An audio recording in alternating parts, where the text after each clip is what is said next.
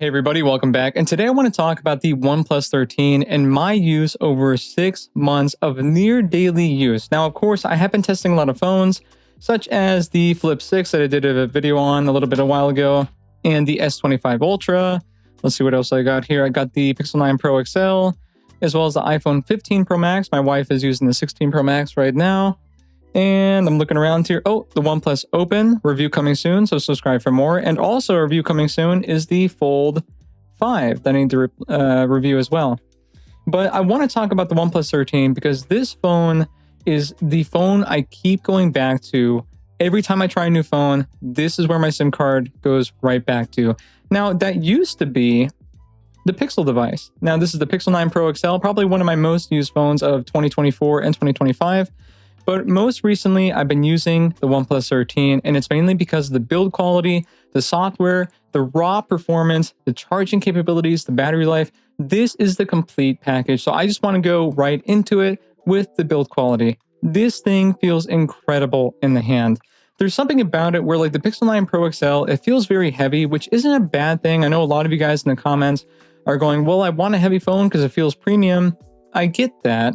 But you don't need a heavy phone for it to feel premium. For example, this phone right here is slightly lighter, at least it feels so, than the Pixel 9 Pro XL.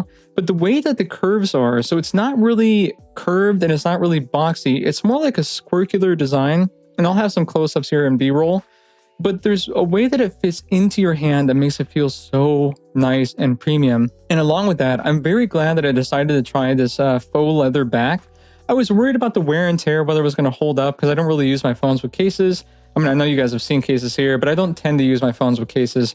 And it looks incredible. I don't know if you guys can see it in the camera, but it hasn't worn at all. I've used the case only a couple of times here. I have a wooden case right here that I've kind of snapped on from time to time. But for the most part, I use this phone without a case, and it has held up incredibly well. I don't really have any kind of dents or scratches or major damage on the aluminum frame. It still looks incredible. The only thing that I have is, and really it's my fault, is that I had my S25 Ultra and this phone together, and I had come out of the room and I kind of tossed them on my bed. And the camera lenses on the S25 Ultra, as we all know, the rings around them are just kind of like these huge metal ugly rings. I'm not a huge fan. But they hit my screen, and you can see on my screen that I have this little mark, and I'll do a B-roll of it so you can see it clearly. But I was trying to scratch it out like with my thumbnail, but I couldn't get it out. It is permanent damage on the screen, so there's not much I can really do there, but still, it's held up incredibly well. The other cool thing too is that it has an IP69 water and dust resistance rating, which means basically you can use this thing in the shower, you can toss it in your dishwasher. I don't recommend it, but they say you could. It can withstand so much water and pressure to where I have no issues. You know, right now it's raining here in Florida. Using this outside, I don't care. Using it in my shower, I don't care either. If I'm in a pool or something like that, and it's, you know, near me, I don't mind getting it wet, but I don't like to, you know, dip it in the water with chlorine or salt or anything like that. But if you are going to use it as your shower device, if you are going to just use it, you know, anywhere you want to go, the IP69 rating on this device is incredible. And to my understanding, I don't think any other device currently on the market, at least in the US market, has that rating. So, you know, props to you, OnePlus. I think you guys did a great job on this. The overall build quality is great. I love the way that the camera module looks. It looks a little big, I get it. But when I hold it in my hand, my finger rests right under there and it feels very stable in my hand like this. I think it feels incredible. I'm just a big fan of the design. I have nothing bad to say about it. Oh, and another thing I forgot to mention is that a lot of phones have a flat screen. So for example, this Fold 5, that is a flat screen, right? But on the OnePlus 13, it isn't a curved display, something that you would get on, and I don't have a phone with me right now, but like on Samsung's old Note devices where they'd have, you know, the hard curved edge to it. This phone has a quad curved display. So it's curved all the way around, the corners, the edges, the top, and the bottom. I get it. This can be frustrating for like screen protectors and things like that. And I understand that that could be, you know, a little bit of a downside for some of you. But the actual good thing about this is using the gestures like going back or, you know, pulling down your notification drawer, or even, you know, opening your app drawer, opening up your recent apps, whatever you want to do. It just feels great. It's not very sharp feeling like you would have on a flat display. And I like the use of it better, but I understand if you want a screen protector, you want to protect your phone, then yeah, keep the flat display. But for all of you that just want a good phone to use, yeah, this is it. This thing feels incredible to use. Now, first of all, I just want to get this out of the way.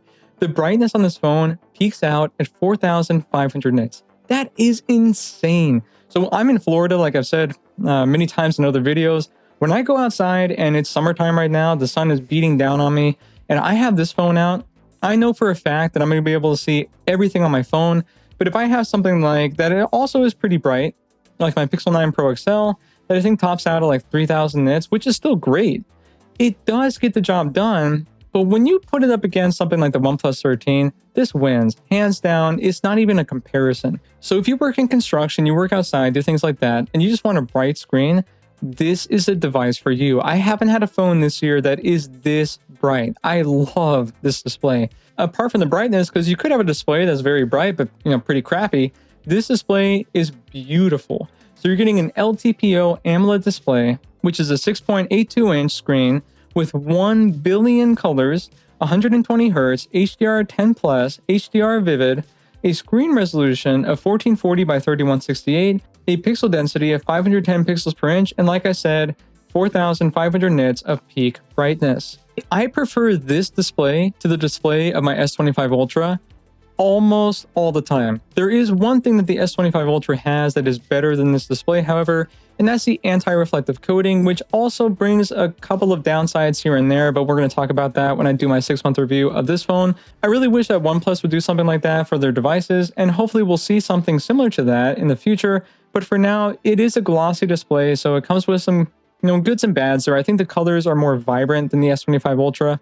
The anti-reflective coating, I've noticed that it kind of dims it down, if that makes any sense. But I think overall the display is incredible. If you use this thing for gaming, watching content, watching my YouTube videos, subscribe for more, whatever it is that you want to do, this display is going to get it done perfectly. Now, getting to the camera, it's all right. I've noticed that even with older devices, like here's a Pixel 4 XL, I think that's what it was called. It feels like ages since this was released, but the photos on this camera are amazing. It's more about software than hardware these days. And the good thing is that the OnePlus hardware is decent. You get a 50 megapixel sensor for the main sensor.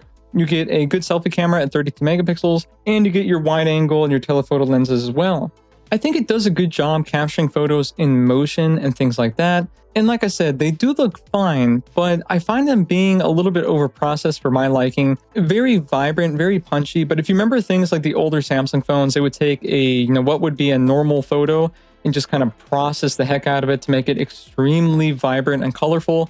It looks good when you look at it just at the surface of it, but the second you start zooming in, that's when you start noticing a lot of imperfections. So the camera is good, but I would much rather have something like the Pixel 9 Pro XL. I think this is a much better camera. I think the S25 Ultra does a slightly better job as well. Even other phones like older Pixel devices are gonna be better in the camera department. But I think overall, if you're just looking for decent video recording at 4K 60, at good camera and selfie quality, you're gonna be fine. Now getting to the sound test, I think the speakers sound pretty good. They're a little bit tinny sounding for my liking. Again, they're not as good as something you'll find on like the iPhone or the Pixel or even the S25 Ultra, which has great speakers in my opinion. But I think they sound great. Here's a very quick clip. The year is 1991. Birds and people are living together in seemingly perfect harmony. Until one day, a young man catches fire. This is Phoenix.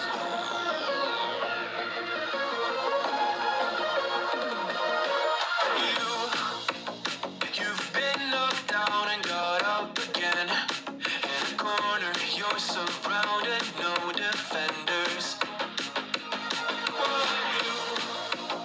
You've hid your fury and kept it in. But it's time now, you ignite and turn to embers. And for the haptics, I feel like most reviewers don't even talk about these things. I love haptic feedback. If I have a phone that has crappy haptic feedback, it immediately affects my user experience. The OnePlus 13, I would range it from, like a 6 or 7 out of 10. For a phone that I would consider like a 10, that would be the Google Pixel 9 Pro XL, which in my opinion has even better haptic feedback than the iPhone 16 Pro Max. Here's a clip comparing that phone to the OnePlus 13.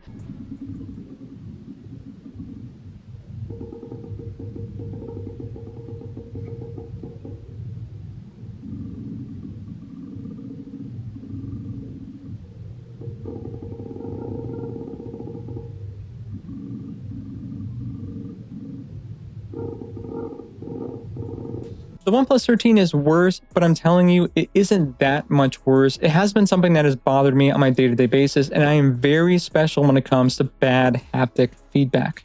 Now, getting to the battery, this is where the OnePlus 13 is just insane again. You get a 6,000 milliamp hour battery. There is technology these days that allows you to put a bigger battery in a slimmer phone and have it be safe. For example, the OnePlus 13 is using silicone nanostack battery technology. So I don't know why Samsung doesn't catch on to this. I don't know if they're worried because of the whole Note 7 debacle, but Google, Samsung, you guys need to do better with the battery department. And not only does this phone get great battery life, I'm averaging about, I would say 9 to 10 hours of battery life, sometimes 11, sometimes even 12, depending on what I'm doing in the week.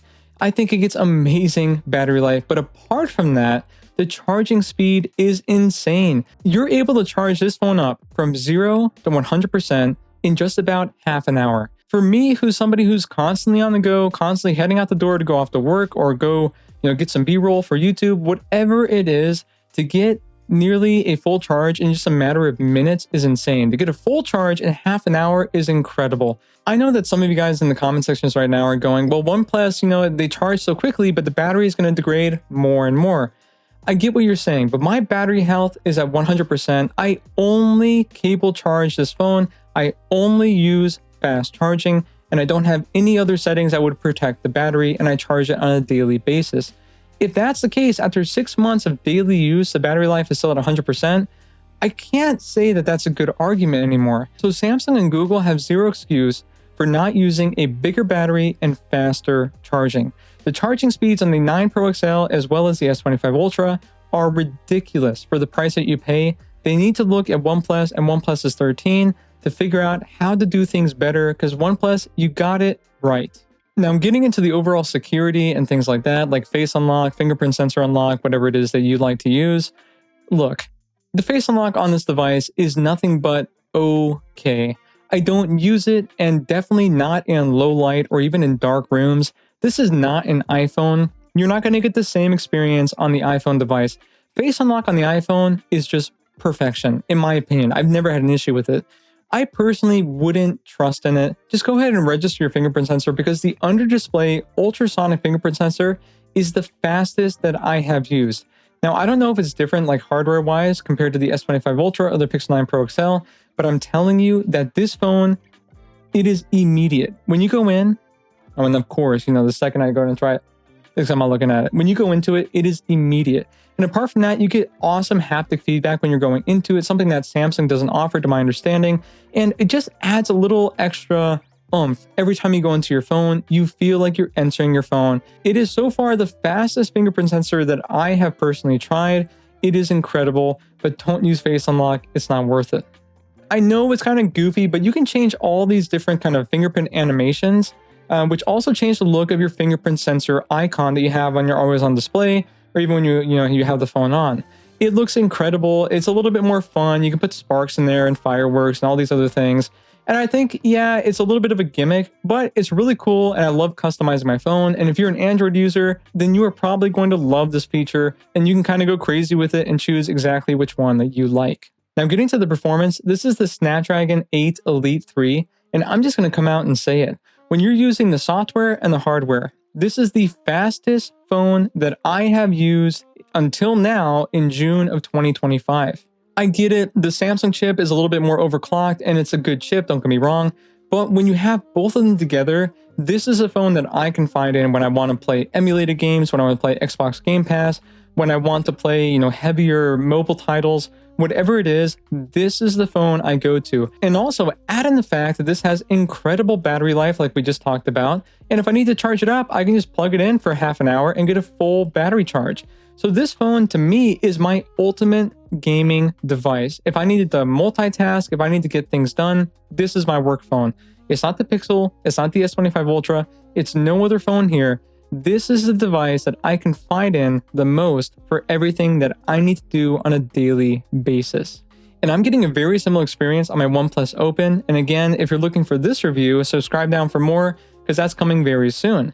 But getting back to the OnePlus 13, whatever it is that you want to use the phone for, the fluidity, the speed, everything about this phone is just lightning fast. You're not going to see hiccups. You're not going to see glitches. You're not going to go, oh, why is this happening? Everything just works. I think finally an Android manufacturer, other than, someone like Pixel, finally perfected the statement from Steve Jobs all those years ago that it just works. That's how I feel with OnePlus. I actually have their watch as well. I am very happy with their products. And matter of fact, I haven't even reviewed this. I've been using this daily for 4 months now. But they're great products, and the OnePlus 13 is no exception. If you're looking for the perfect gaming device, just get this, okay? And it's even cheaper than the S25 Ultra and the Pixel 9 Pro XL. Pick one of these up. It's a better pick, in my opinion, at least right now in June of 2025. Now, speaking a little bit about that fluidity, the fluidity is great, and that's only because of the software experience. If I had to rank it for overall fluidity and speed and just ease of use, it'd be One UI 7 from Samsung, Android 16, and then just right below it would be Oxygen OS. So I think OnePlus did an incredible job with their software and hardware integration. You get a ton of cool features like animations when you're going to the right and to the left of your home screen. You get different kinds of customizations for the lock screen as well as the fingerprint sensor animation that I mentioned before. And you also get a lot of cool things like this extra panel here if you swipe from the edge, similar to what you have with Samsung. And it gives you a lot of things like some AI help that we're going to talk about here in the next section. But overall, I love the fluidity, the speed, the use, and just the feel when you're going through, opening up the app drawer, going to play games, going through notifications, searching for an app, whatever it is, there's just a certain feel to it that feels very light, and it feels like you're connected with the experience. It just does a great job at keeping the speed and the fluidity as a priority when you're using your device. Now, getting into the AI features, because of course, every company has to have an AI feature these days, but OnePlus's admittedly are pretty good. Now, I don't use all of them, and I'm not going to talk about all of them. I'm just going to talk about the ones that I actually use. So I don't use things like the Note Assist or the note summarization and things like that you would find in the OnePlus Notes application, because I personally use Google Keep for notes. And one thing I've complained about with the S25 Ultra is that I can't use AI when going through articles and things on the web because I don't use Samsung's internet. But the cool thing with OnePlus is that I use Google Chrome, exclusively. That's the only web browser that I use. I can use OnePlus's AI with Google Chrome right there at the reach of my finger. It's just so great, it's integrated, and I love it. I wish Samsung would do something similar because it's very frustrating when I want to use all their cool AI tools, because I do have a ton, but I can't because I use Google products. Now, going to things like the photo application, I don't use all the AI tools that are available there. Like, for example, they have a 4K upscaler that I personally don't use because every time I have, they just come out looking cartoony and a little bit fake. I prefer not to use it, but I will admit that on older, grainy, and blurry photos, it's pretty good for unblurring your photos, even though there is a separate unblur option that isn't the 4K option, but it does a good job at upscaling those. But overall, I wouldn't recommend it. The two that I would recommend are first, the object remover. I think it does a great job and even as good as Samsung in my opinion. And the second, which I wish that other phones would have, and that is the glare remover. I love this feature. I completely underestimated how many times I'd be using this, because when you're taking photos, sometimes there's going to be glare through the lens, whether you're behind a window or glass, or they have fire or flames that you're taking photos of, there's going to be a glare, and this removes it entirely. I found this so incredibly useful, and every time I'm using my OnePlus devices, I use it even more so than doing things like unblurring my photos. I find that cameras these days don't really take blurry photos, and all the older photos I have are from phones with pretty good cameras, so I don't really use that feature as much. But when it comes to removing glare, I use this feature at least once a week, I would say. Out of all the photos I use, sometimes when I take it on other phones, I move it into my Photos app for the OnePlus 13, and then from there, I take out the glare, and it does a great job while keeping the same integrity and image resolution, and it still looks great. So I completely recommend it. If you haven't tried it, give it a try. It does a great job. And OnePlus offers a lot of other options, but those are the ones that I personally use. If you want to look at all the options that OnePlus offers, go ahead and look at my review. I'll put it up here, I think. And it is a full 45-minute or so review of the OnePlus 13, where I take a deep dive into the gaming performance, the battery charging, the battery drain, and everything. And that's where I want you guys to look if you want like a full deep dive on this phone. For this 6-month update, I just want to say I highly recommend this phone to everyone. If you have an S24 Ultra, an older Pixel device, if you're looking to try something new, look no further. Get a OnePlus 13. Try to find one on discount, maybe on eBay or whatever. But I highly recommend it if you're looking for a great gaming device, content device, if you need something that charges quickly and lasts you all day with no issues, if you want a decent camera that you don't need the best of all trades, but it's a pretty good camera, and you just need something that's a good, fun phone to use, look no further. This is it. This is unsponsored. I paid for this phone with my own money, and I completely recommend it. Thank you all for watching. Please subscribe for more and hit that like button down below if you think I helped you out. And I'll see all of you next time.